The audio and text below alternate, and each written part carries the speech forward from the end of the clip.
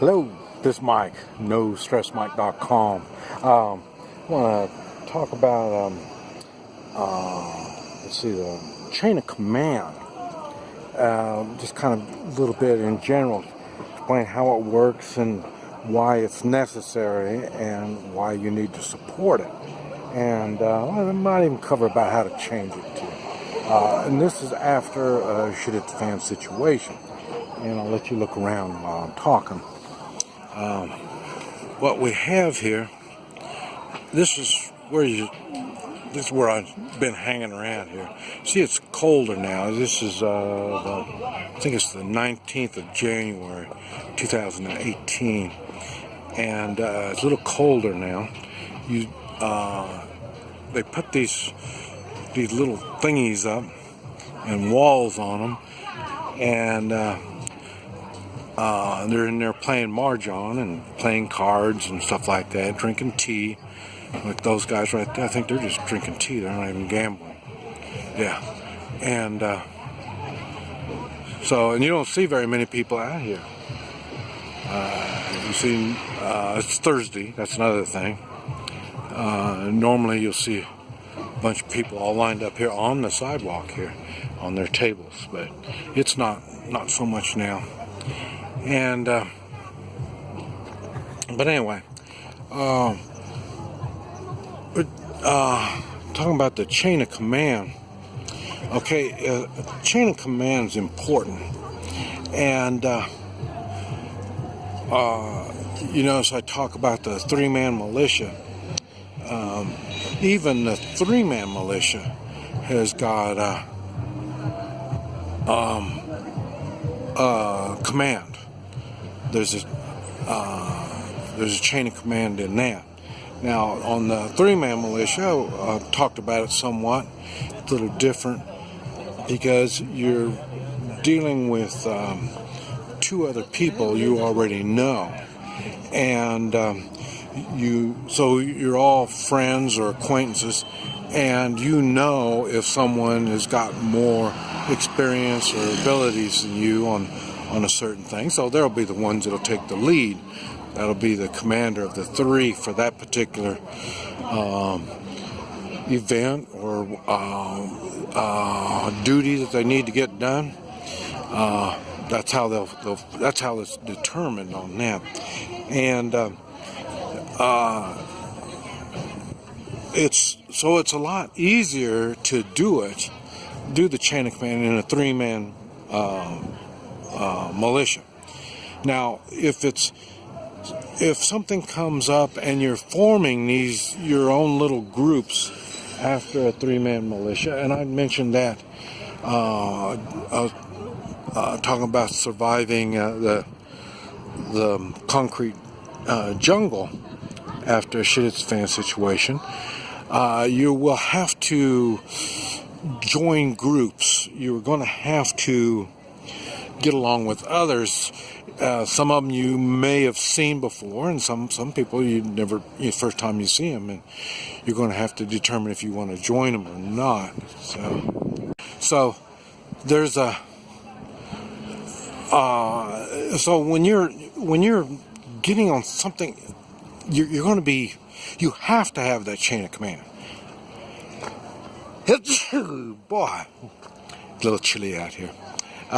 You have to have that chain of command. Someone has to take the responsibility.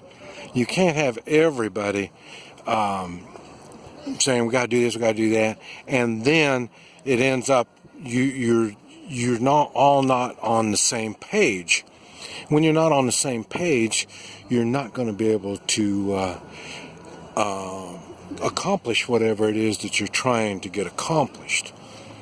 And so that's why you have the chain of command, is to keep people focused on what needs to be done, whatever that task is. And now, this chain of command isn't. I'm talking about after shit hit the fan situations. You don't have the one leader that makes all the decisions. And the reason is nobody has got that much smarts, experience, and knowledge. So what's going to happen is it's going to be that person is going to have to single out others to make decisions to get things done and stuff like that. So it's going to be a little different. Now, and I've talked about for me, and when I travel, sometimes it's, most of the time it's just, I'm just traveling and I need to make connections. And what I do is I have something to offer. And when I have something to offer, they can lead me up the chain of command to find out the kind of people that we're going to, who it is that is knowledgeable about what I'm willing to share. After a shit hits the fan situation, it'll basically be the same thing.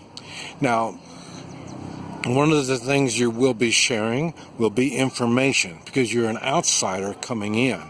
So the information you have is going to be valuable, no matter how big or how little you know. So you be observant. And I've talked about you ask for names, so you know who it is you're talking to. People that won't tell you their names, I get a little concerned about, even after a shit hits the fan situation. And the reason is, now I'm a little different than many, so that's not a 100% thing, but I always still keep that in mind. For me,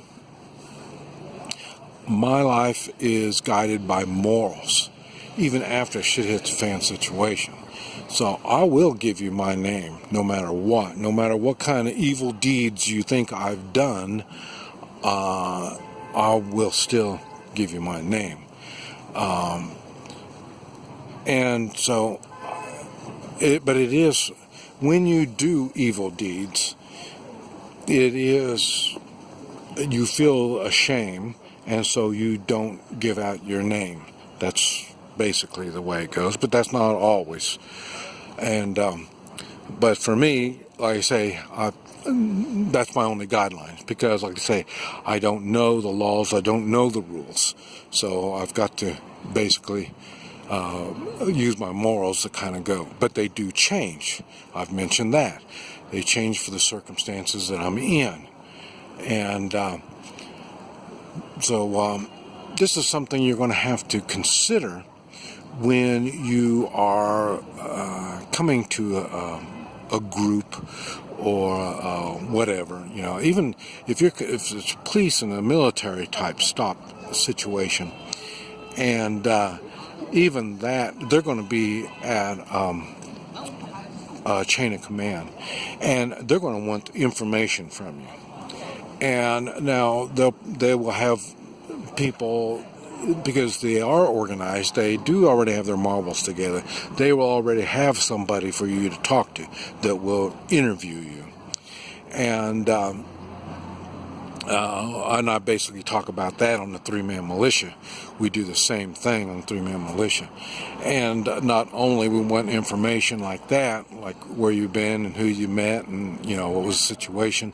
Not only that is, I also I want to know what skills and abilities you have, because we may need them. And so there may be, you might be of value. So that's another thing. Now that's why I push skills, and not only skills, but learning things, so you have abilities to do things, because that is going to get you up the chain of command faster either the more skills you have, or having the proper skills. These are all things that will get you into better grace when it comes to the chain of command. So it is, the chain of command is a big thing. And you need to be able to understand that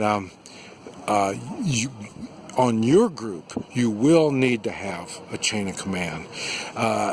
Trying to find the people that are knowledgeable, that are smart enough to realize they don't know everything, and they will back off and appoint to somebody else on things instead of thinking he knows everything.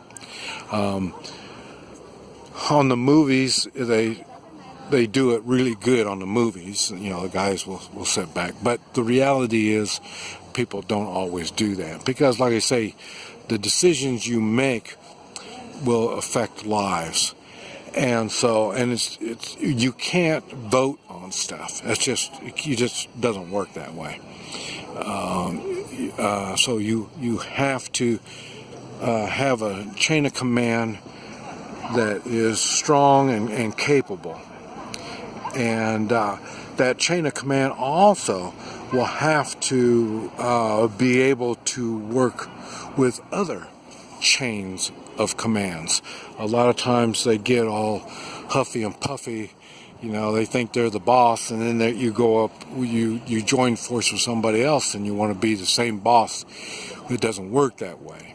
And so it's a skill on this chain of command kind of thing, and how much you want to go along. Personally, I'm real flexible because I stay focused. My number one goal is to survive, and to get everyone to survive the best we can. And so that keeps my flexibility open. I'm always ready for somebody that's more knowledgeable than me to take the lead. Or if it's a particular subject, I have no problems giving that lead to somebody else. Because like I say, the goal is to get through this situation, whether it's short-term or long-term. The next meal, where we're going to sleep tonight, all this really comes to my mind. What made me think about all this stuff is, like I say, you know, I'm living in this concrete jungle, and it's cold. It's wintertime, and it's not icy cold, but it's cold enough I don't think you want to sleep on the streets. So, but that's the kind of stuff that I been thinking on, and that's why I thought I'll bring it to the attention of others. This is Mike, NoStressMike.com.